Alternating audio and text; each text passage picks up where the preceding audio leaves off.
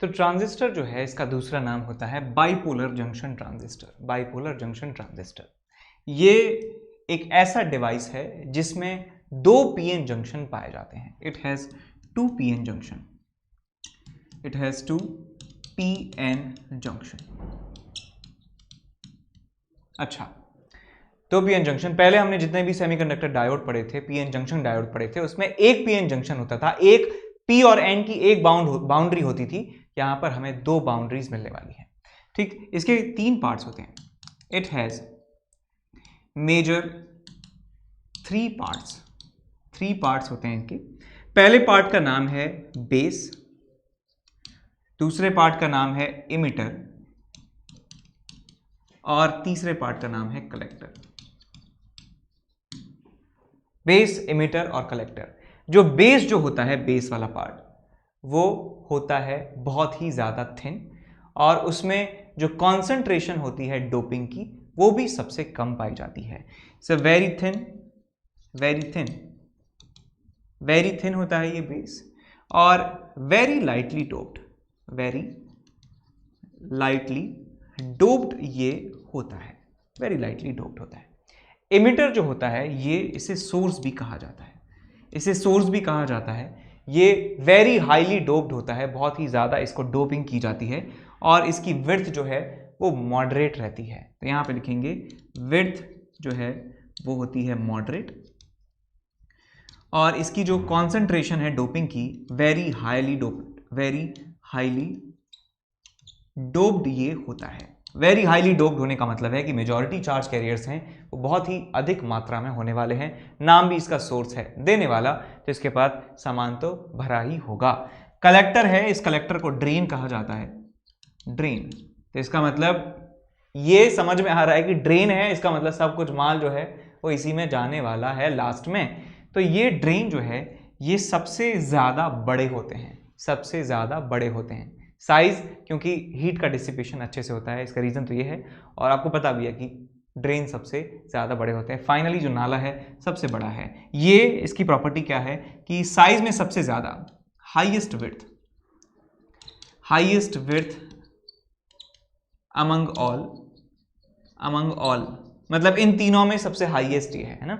और इसको moderately dope किया जाता है, मॉडरेटली डोप्ड।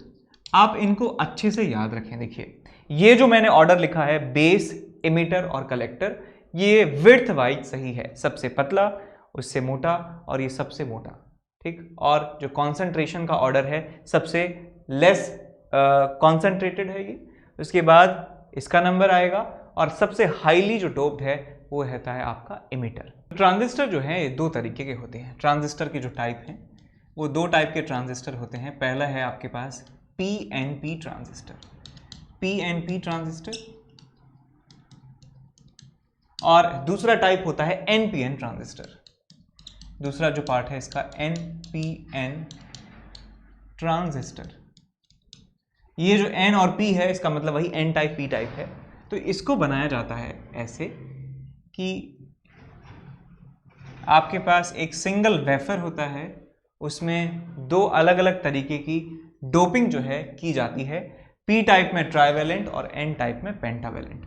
और ये इनका जो ऑर्डर है ये इमिटर, बेस और कलेक्टर इस तरीके से अरेंज होते हैं। ये आपके पास इमिटर, ये आपके पास बेस और ये कलेक्टर। तो ये पी, एन टाइप और पी टाइप। पी टाइप है ये पी टाइप, ये एन टाइप है और ये पी टाइप है। अगेन इसको क्या कहते हैं? इसको कहते हैं कलेक्टर, इसको कहते हैं इमिटर, सॉरी इमिटर। ये क्या है आपके पास? बेस। और ये क्या है आपके पास? कलेक्टर। ये इसको ड्रेन भी कहा जाता है, इसको ड्रेन कहा जाता है, इसको कहा जाता है सोर्स कहा जाता है। तो आप ये ध्यान रखिएगा कि बेस जो है सबसे पतला होता है, सबसे कम कॉन्सेंट्रेशन होती है, सब कुछ ही कम है इसका, कॉन्सेंट्रेशन भी सबसे कम है डोपिंग की और इसकी विड्थ भी सबसे कम है। उसके बाद बात करें इमिटर की, इमिटर को सोर्स कहा जाता है। सोर्स नाम है, इसका मतलब बहुत ही हाईली कॉन्सेंट्रेटेड होगा क्योंकि यहीं से मेजॉरिटी चार्ज कैरियर्स को सप्लाई की जाएगी। उसके बाद ड्रेन जो है, ड्रेन का साइज सबसे ज्यादा है क्योंकि सब बहुत सारा चीज इसको अकोमोडेट करना है, हीट अच्छे से निकालना है। तो इसका जो कॉन्सेंट्रेशन है वो मॉडरेटली डोप्ड होता है और इसकी विड्थ सबसे ज्यादा होती है, इसकी विड्थ मॉडरेट होती है। ये पीएनपी टाइप का ट्रांजिस्टर है। और दूसरा होता है आपके पास एनपीएन ट्रांजिस्टर। उसका जो डायग्राम है वो ऐसे ही बनेगा, लेकिन यहाँ पे डिफरेंस बस इतना होगा कि जो पहला वाला जो पार्ट है ये P टाइप ये N टाइप सेमीकंडक्टर होगा, N type semiconductor, P type semiconductor और N टाइप सेमीकंडक्टर। नाम अभी भी वही होने वाली हैं। ये इसका नाम है इमिटर, इसका नाम है बेस और इसका नाम है कलेक्टर।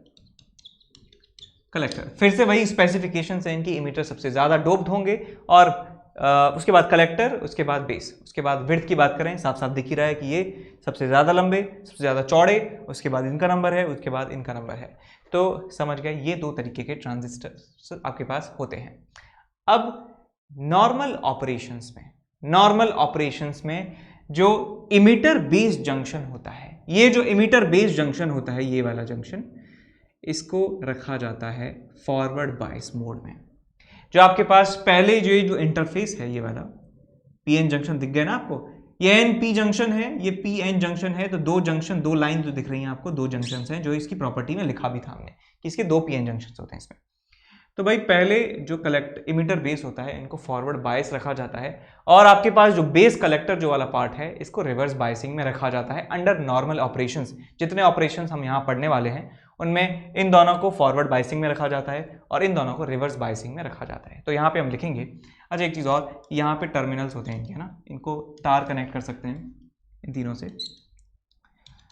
अब आते हैं इस बात पे कि under normal operation, under normal operation, under normal operation emitter base junction,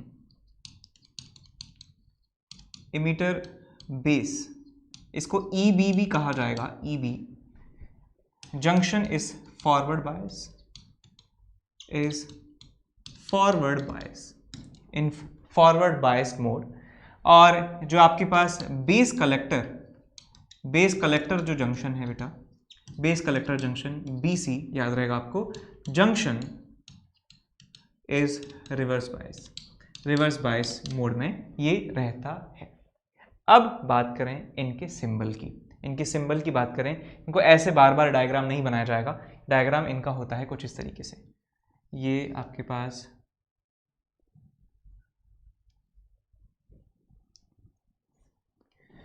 पास पहले हमने PNP बनाया था, PNP और NPN,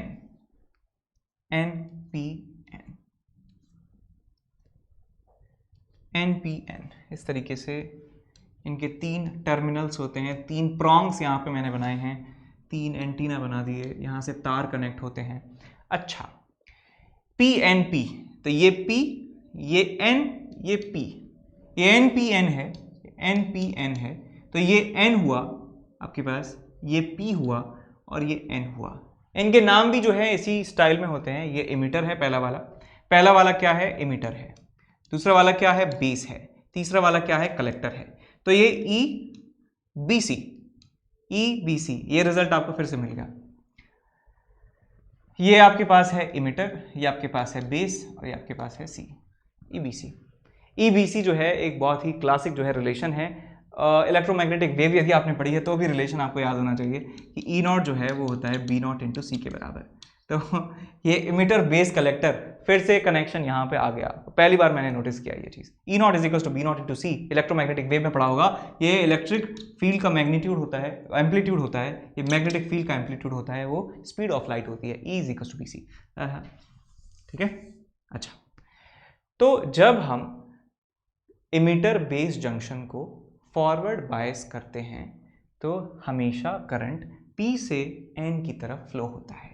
तो यहाँ पे P से N की तरफ करंट की डायरेक्शन हमें दिखानी होती है। ऐसे यहाँ पे P से N की तरफ हमें डायरेक्शन दिखानी होती है करंट की।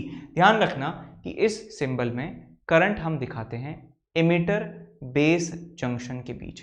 इमिटर बेस जंक्शन यानी सोर्स से निकलने वाला करंट हम दिखाते हैं। सोर्स से करंट किस तरफ जा रहा है, आ रहा है, ये हम दिखाते हैं इस सिंबल में। तो यहाँ हम नोट करके भी लिखेंगे, current direction of current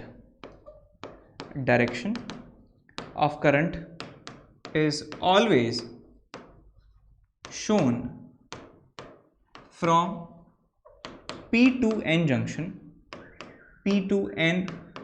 junction in emitter base interface या emitter base junction.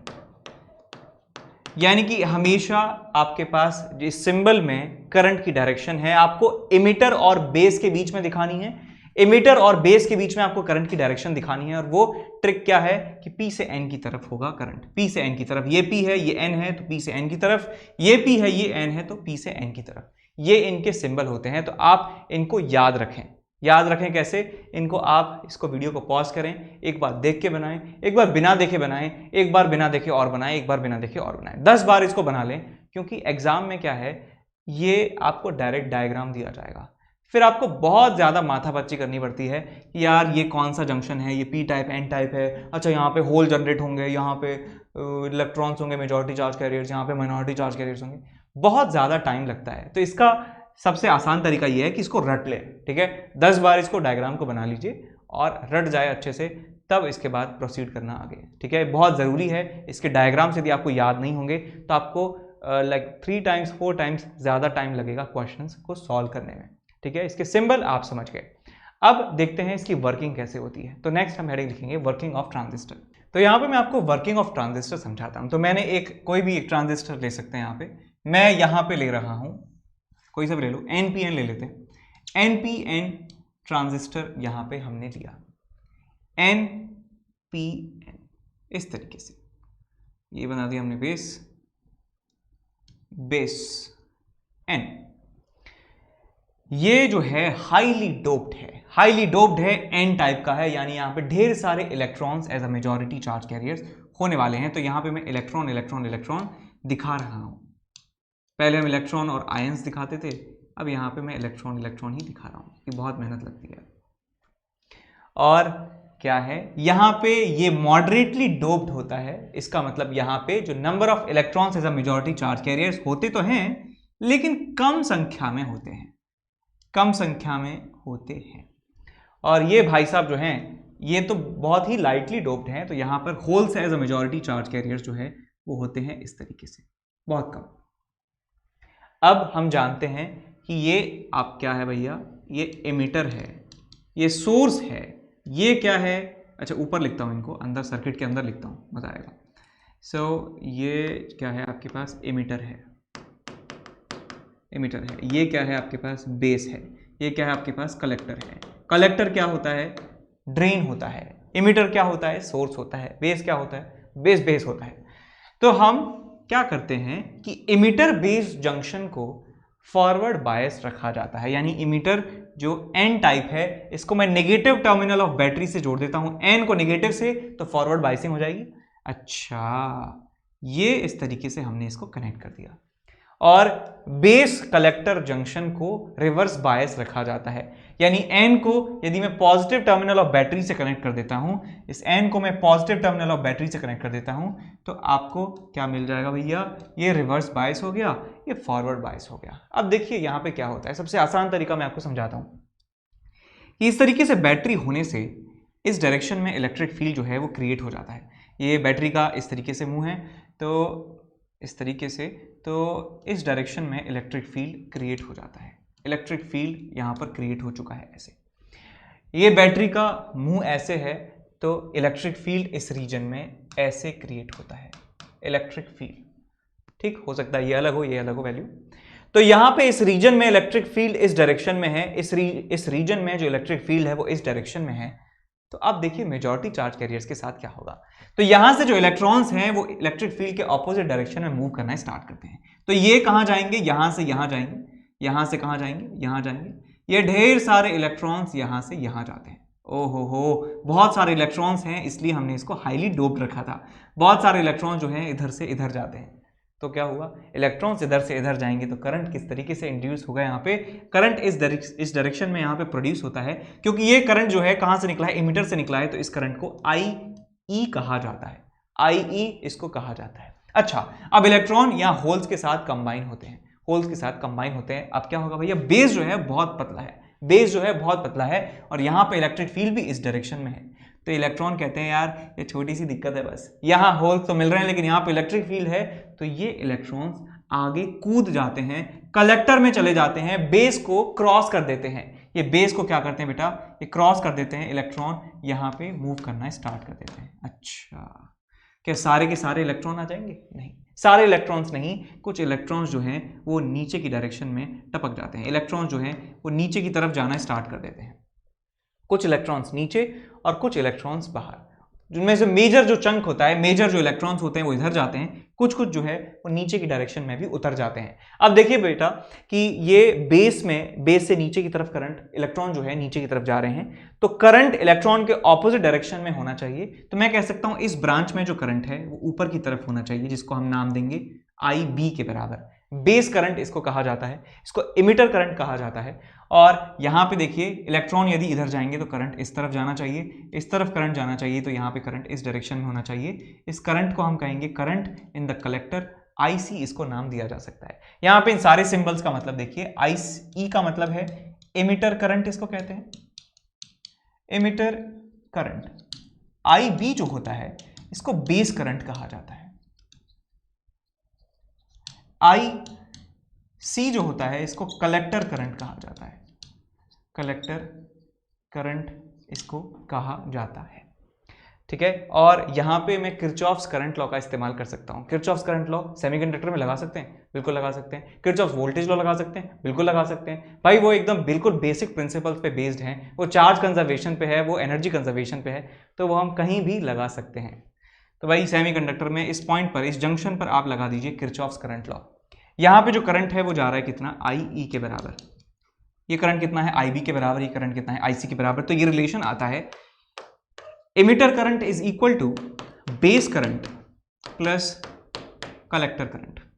IE is equal to IB plus IC। और होना भी चाहिए कि सोर्स से जो करंट निकला वो बेस और कलेक्टर में चला गया, ड्रेन और इस बेस में चला गया। ठीक, और ये जो रिलेशन है ये हर टाइप के ट्रांजिस्टर के लिए वैलिड है, हर टाइप के ट्रांजिस्टर के लिए और हर टाइप के कॉन्फ़िगरेशन के लिए ये फॉर्मूला वैलिड है। ठीक, ये फॉर्मूला वैलिड है, याद रखें फॉर्मूला बहुत ज्यादा इंपॉर्टेंट है। IE is equal to IB plus IC। एक आपको और फैक्ट बात बताता हूं आपको कि जो बेस करंट होता है ना बेटा, इस बेस करंट की वैल्यू बहुत बहुत कम होती है। यदि मैं आपको मैथमेटिकल फिगर की बात करूं तो इसकी value approximately 0.05 times of emitter current के बराबर होती है। IB is equal to 0.05 times IE। और यदि आपको पता चल गया कि यार ये 5% ही है, तो ये क्या होगा, 95% होगा। तो इसका मतलब IC की वैल्यू जो है वो अप्रॉक्सीमेटली होती है 0.95 times of current in the emitter. ये रिलेशंस भी आप याद रखें, फॉर्मूला इंपॉर्टेंट, ये वैल्यूज भी इंपॉर्टेंट यहाँ पर है। ठीक, अच्छा यहाँ पे ध्यान दीजिए, जो दो बैटरीज हमने लगाई हैं, इन दो बैटरीज में ये जो बेस है ये कॉमन है। ये बेस इस वाले सर्किट में भी आ रहा है, ये वाला बेस इस वाले सर्किट में भी आ रहा है। तो इस कॉन्फ़िगरेशन को हम कहते हैं common base configuration. Common base configuration जो है इसको कहते हैं, क्योंकि इसमें समझाना जो है बहुत आसान होता है। कॉमन बेस आपका कॉन्फ़िगरेशन है। ऐसे ही इसके और भी कॉन्फ़िगरेशन होते हैं, जैसे कॉमन इमिटर कॉन्फ़िगरेशन होता है, कॉमन कलेक्टर कॉन्फ़िगरेशन होता है। वो दोनों ही हमारे सिलेबस में नहीं है, हमें सिर्फ कॉमन इमिटर जो है कॉन्फ़िगरेशन पढ़ना है। कॉमन बेस जो है समझाने में आसान रहता है। ठीक है, तो आगे चलते हैं, इसके बाद आगे चलते हैं।